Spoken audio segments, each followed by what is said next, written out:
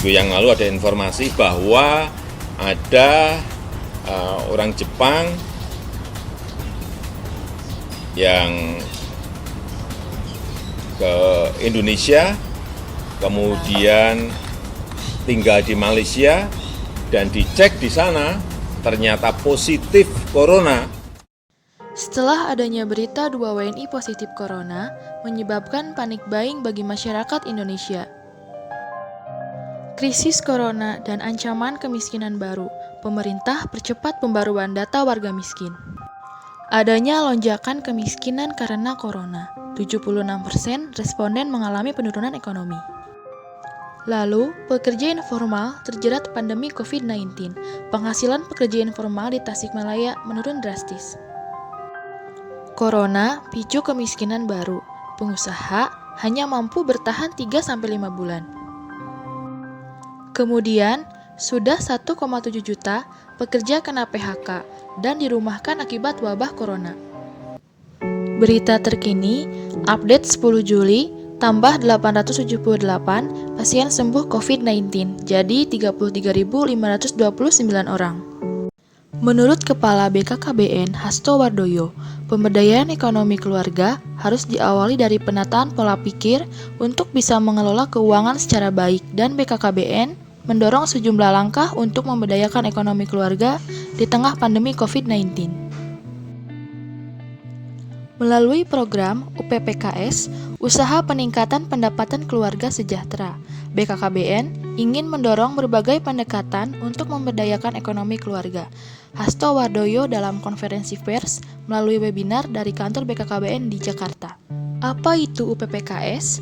UPPKS adalah kelompok usaha ekonomi produktif yang beranggotakan sekumpulan anggota keluarga yang saling berinteraksi dan terdiri dari berbagai tahapan keluarga sejahtera, baik pasangan usia subur yang sudah ber-KB maupun yang belum ber-KB, dalam rangka meningkatkan tahapan kesejahteraan dan memantapkan.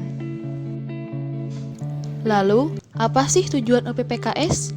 Yang pertama, mengajak keluarga aktif bergerak dalam ekonomi produktif. Kedua, mensosialisasikan pengelolaan keuangan keluarga. Ketiga, meningkatkan ketahanan dan kemandirian keluarga. Keempat, mewujudkan keluarga kecil, bahagia dan sejahtera. Hasto Wardoyo mengatakan bahwa dalam upaya tersebut, pemberdayaan ekonomi keluarga harus diawali dari penataan pola pikir untuk bisa mengelola keuangan secara baik.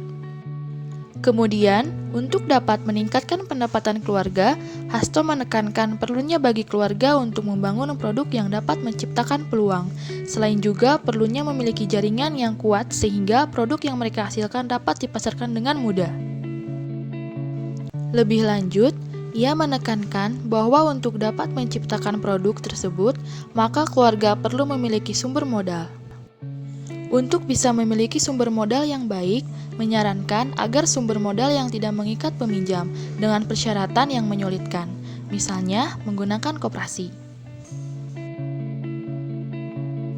Oleh karena itu, perlu penguatan ketahanan keluarga selama wabah pandemi corona.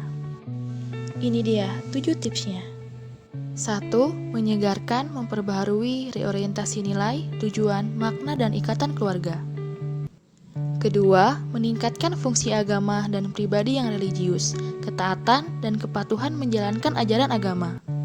Ketiga, meningkatkan komunikasi dan interaksi dalam keluarga, mendorong ekspresi saling peduli, menjaga dan melindungi keluarga agar tidak terpapar corona. Keempat, internalisasi nilai dan keterampilan hidup dalam sistem keluarga, khususnya kepada anak dan generasi muda. Kelima, memelihara dan atau meningkatkan kesehatan dan kebugaran tubuh dan tetap produktif di masa work from home, WFH, dan isolasi mandiri. Keenam, mengenali kerentanan dan potensi krisis keluarga dan mencegahnya supaya tidak menjadi krisis. Dan yang terakhir, berinvestasi dalam proses membangun kelentingan keluarga sebagai bagian dari upaya meningkatkan kapasitas menurunkan risiko karena pandemi corona. Itu dia 7 tips menguatkan ketahanan keluarga selama wabah pandemi corona. Dan jangan lupa, stay safe,